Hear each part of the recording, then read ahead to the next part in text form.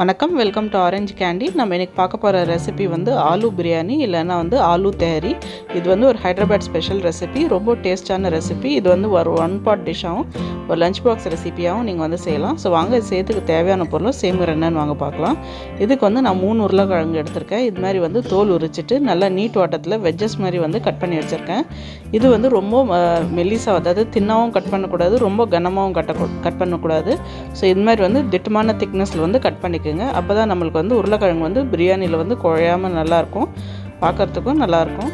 So வாங்க இன்றைக்கி வந்து நம்ம குக்கரில் வந்து எப்படி இந்த ஆலூ பிரியாணி இல்லைனா அந்த ஆலூ தஹரி செய்யறதுன்னு வாங்க பார்க்கலாம். ஃபஸ்ட்டு வந்து குக்கரில் வந்து ஒரு 5 ஸ்பூன் அளவுக்கு வந்து எண்ணெய் விட்டுக்குங்க. இந்த ரெசிபிக்கு தாராளமாக நீங்கள் கொஞ்சம் எண்ணெய் சேர்த்திங்கன்னா நல்லா டேஸ்ட்டாக இருக்கும் நம்மளுக்கு ஆலூ தஹரி.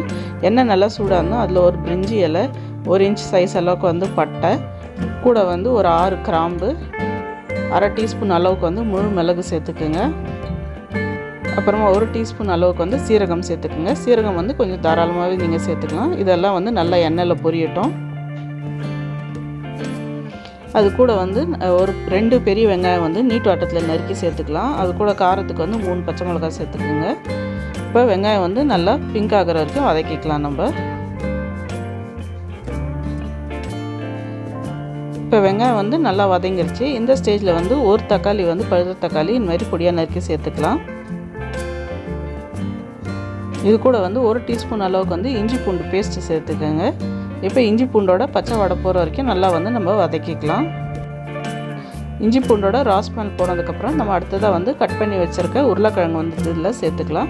ஸோ அதில் இருக்கிற தண்ணியெலாம் எடுத்துகிட்டு வெறும் உருளைக்கிழங்கு மட்டும் சேர்த்துக்குங்க.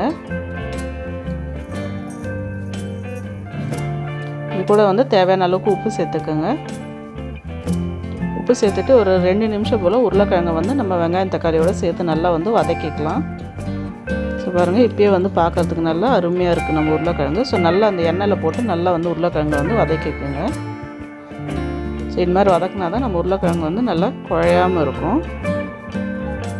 இப்போ 2 நிமிஷம் ஆயிடுச்சு. அடுத்ததாக இதுக்கு தேவையான மசாலாலாம் சேர்த்துக்கலாம். இதுக்கு வந்து அரை டீஸ்பூன் அளவுக்கு வந்து மஞ்சள் தூள் சேர்த்துக்கலாம். கூட வந்து 1 டீஸ்பூன் அளவுக்கு வந்து மிளகாத்தூள் சேர்த்துக்கலாம். அப்புறம் 2 டீஸ்பூன் அளவுக்கு வந்து பிரியாணி மசாலா சேர்த்துக்கோங்க. இது ஒரு நல்ல ஃப்ளேவர் கொடுக்கும் நம்மளுக்கு. சேர்த்துட்டு ஃப்ளேம் வந்து லோ பண்ணிவிட்டு நல்லா ஒரு 30 செகண்ட் போல் மசாலாவோட பச்சை வடை போகிற வரைக்கும் நல்லா வந்து வதக்கிக்கோங்க. இப்போ பாருங்கள், மசாலாவோட ராஸ்மெல்லாம் போயிடுச்சு. அடுத்ததாக வந்து நம்ம இதில் வந்து அரிசி சேர்த்துக்கலாம். இதுக்கு வந்து 1 கப் அளவுக்கு வந்து அரிசி, அதாவது பாஸ்மதி ரைஸ் இல்லைன்னா எந்த லாங் கிரெயின் ரைஸ் இல்லைன்னா ரெகுலர் சாப்பாடு அரிசி கூட நீங்கள் யூஸ் பண்ணிக்கலாம். நல்லா வாஷ் பண்ணி ஒரு அரை மணி நேரம் வந்து குறைஞ்சது ஊற வச்சுட்டு இது வந்து இதுக்குள்ளே சேர்த்துக்குங்க. 1 கப் ரைஸ் வந்து நான் இதில் சேர்த்துக்கிறேன். அரிசி சேர்த்ததுக்கப்புறம் நல்லா வந்து மசாலாவோட சேர்த்து கலந்து விடுங்க.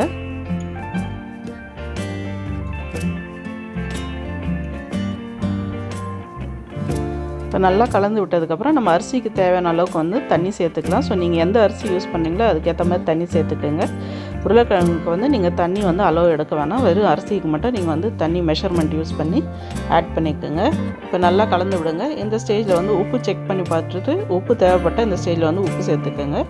ஃபைனலாக வந்து ஒரு 2 டேபிள் ஸ்பூன் அளவுக்கு வந்து ஃப்ரெஷ் கொத்தமல்லி வந்து பொடியாக நறுக்கி வந்து இதில் சேர்த்துக்கலாம். சேர்த்துட்டு நல்லா கலந்து விடுங்க. பாருங்கள், பார்க்கறதுக்கே வந்து கலர் வந்து நல்லா சூப்பராக அருமையாக இருக்குது. இப்போ நம்ம வந்து மூடி போட்டுட்டு மீடியம் லோ ஃப்ளேமில் வச்சுட்டு ஒரு விசில் வர வரைக்கும் நல்லா வந்து வேகட்டோன்னு விட்டுடலாம். அதை பாருங்கள், நல்லா விசில் வந்து ஸ்டீம் இறங்கிடுச்சு. சூப்பராக கமன்னு நம்ம ஆலூ தஹரி வந்து ரெடி ஆகிடுச்சு. இப்போ வாங்க சைட்ஸ்லேருந்து ஃப்ளாப் பண்ணலாம். அப்புறம் கலர் மாதிரி கவனமாக கலருங்க, உருளைக்கிழங்கு வந்து உடையாமல் பார்த்துக்குங்க. ஸோ வந்து ஜென்டலாக வந்து சைட்ஸ்லேருந்து கலரி விடுங்க. இப்போ வாங்க இது வந்து நம்ம ஒரு பிளேட்டில் வந்து சர்வ் பண்ணிடலாம்.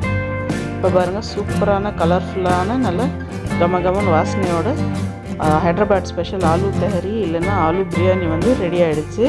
பாருங்கள், நல்லா கமந்து பார்க்குறதுக்கே நல்லா அருமையாக இருக்குது, சூப்பராக இருக்குது, டேஸ்டியாக இருக்குது.